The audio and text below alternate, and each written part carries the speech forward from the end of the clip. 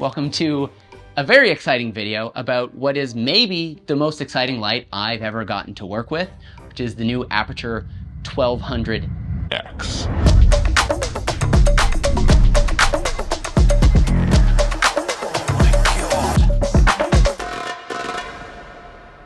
I've had the light for just under a week now, and I wanted to get it out into the hands of as many different productions and filmmakers as I could this week to just kind of put it through its paces. And then hopefully I can use each one of those production environments to kind of shed light on one really important feature that the light has.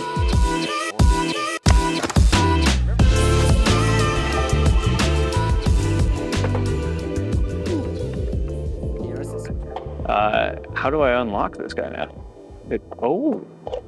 It's like a PL mount. Yeah, so it's a locking Bowens mount. So it's still Bowens, which is great, but it's just going to be tighter and more secure. It's also just, way easier to do this than finding the button. The button, for sure. You just have these giant switches here. Oh, they've kept the same size of clamp. That's nice. Yeah, those things are like my favorite thing ever. Right away, I wanted to get Josh's thoughts on the light, since he owns and frequently uses his 600D and 600C in a variety of sports and documentary environments. 60D, 60X, 26-degree spotlight, 300D Mark II, 2 F10 Fresnels, F10 barn doors. Yeah, this is basically one giant Aputure closet. Definitely not sponsored. My bank account can account for that. But this video is sponsored. So we pulled out the light, shot it through his 8x8 diffusion, and we were hoping to test two different things. First and foremost, how well does the output perform when combating the very bright sunset blasting through these multiple windows in our studio? But more than that, we wanted to see the different kinds of looks that we could get just by adjusting the white balance in camera and of the light in order to effectively change the white balance of the environment rather than the subject. I couldn't do this shot with the 600, like I said, and this now I own it. I mean, when I get to steal this light, I'll have the opportunity to get contrasting colors in a shot when you have like really warm light behind, like right now. But then, I mean, we just did like 3 different white balances in the camera and color temperatures in the light. And it just gives you so many options for it only being a bicolor light with that magenta shift too.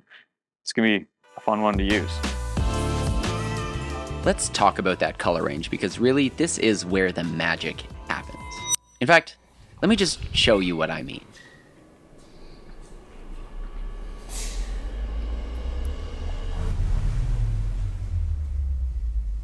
Yeah, that's very sick.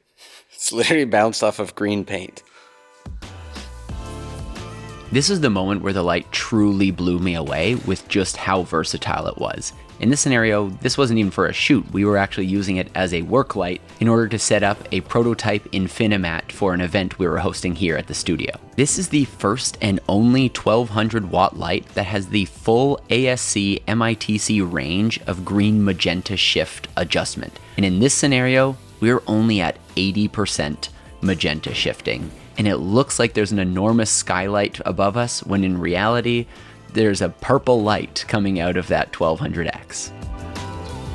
This 1200 watt bicolor light does a lot more than shift between cool and warm LEDs. It uses the new Blair light engine, blue, lime, amber, indigo, red diodes to create exceptional color fidelity across the CCT range from 2500 up to 10,000 Kelvin. This also results in a brighter white light as all the diodes combine to produce it.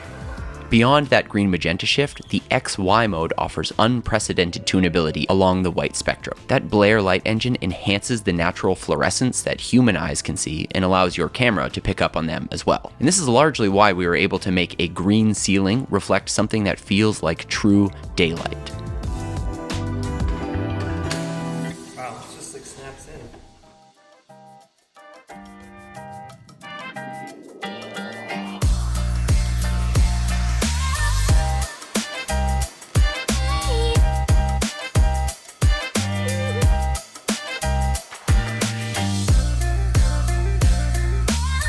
The event was a huge success, so thank you so much, Aputure, for sending out this Infinimat for us to showcase at the event, and thanks for Socality and Canon and all the creators who came out and made this such a good time. Okay, let's get back to the 1200X.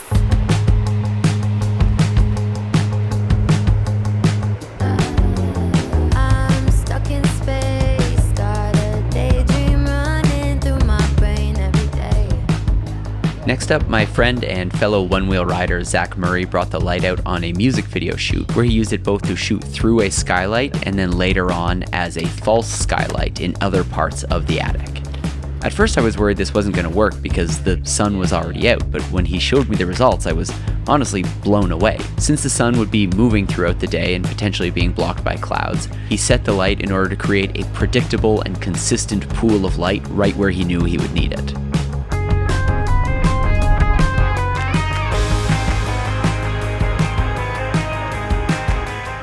Initial thoughts on the light so far? I love this thing. That setup that we had over there for daylight, it was daylight. Turned it off, showed a couple people like that. They were convinced that that was the set before even seeing like what the actual set was without the lights. They're like, oh my God, it's amazing. So like when we pumped it through the ceiling, like, it did the thing, and it's only at 66%. There's like tons and tons and tons to go with it. You can do a lot with it. It's a wonderful, I love this thing. I'm gonna be using it way more.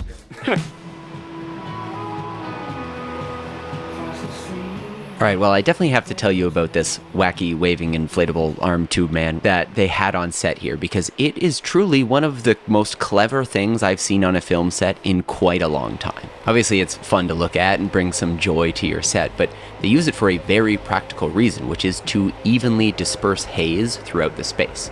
All they had to do was sit down their little fog machine at the base of it where it intakes the air, and as it dances around, it throws haze in all directions. So you don't have to be like this guy. Okay, Brandon, first impressions, what do you think? Yeah, I mean, it's pretty great. Like, it's obviously much bigger and powerful than like the other lights that we've had from Aputure here, but it feels seamless. Like, it feels like using another Aputure fixture. If you've used a 600, a 300, a 120D, like, it's pretty easy to transition. It doesn't feel like a big jump up. It doesn't feel intimidating, even though it's much more bigger and powerful. It feels pretty seamless with the rest of their other lights that I've used for years now. Output's fantastic. I mean, the wide range going up to, I think, like 10,000 Kelvin is like super fun. Lots of like interesting things you can do. The full magenta green shift control is also really great. I'm gonna try and make really good use of it over the next month on my first feature film that I'm shooting, and we're doing a lot of like big sourced, like window glowy warm kind of light. Like, it's just gonna be perpetual like golden hour in this movie basically. So this is gonna be like perfect for setups like that. Oh.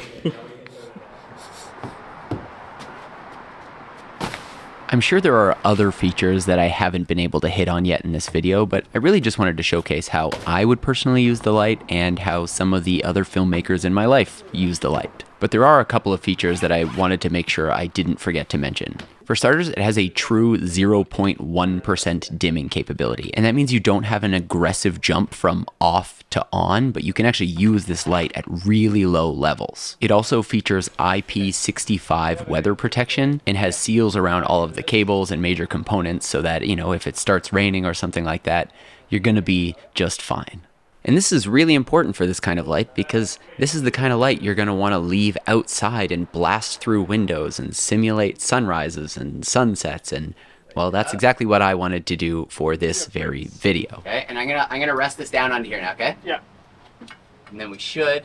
Originally, I was hoping for a cloudy day so that the effect of the light would be more pronounced, but even on a fully sunny day when we shot this This is brilliant. Absolutely brilliant.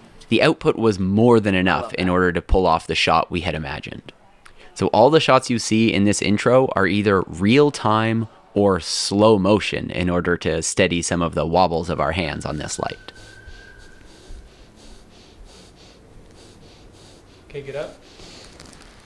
It's what's obviously so bright, and I like that because I always have to work outside in the sun, and the sun is too bright. It's notoriously bright. Yeah, it's historically bright. The sun is historically bright, and this helps me use the sun anytime I want. And I think the most impressive thing besides the brightness is that it wasn't hot after we ran it for like a full hour at full brightness. I love it. Yeah. And you guys. And now we can control the sun. Oh, and that's true. Emma? Great. I've said for a little while that the Amaran 300C is my favorite light I've ever owned. It's so versatile, it's relatively bright, it fits in a lot of situations, particularly for one-man band setups. But when it comes to final output, there's all sorts of things you just can't do with it. I will say the 1200X is not a YouTube light. It is not a kind of light that someone like me, primarily making YouTube videos, love motorcycles. It's not the kind of light that someone like me who's primarily making YouTube videos really needs. For that, 300C is awesome. But this light is unbelievable. It is motorcycles. Thank you guys so much for watching. I'm gonna head back to bed.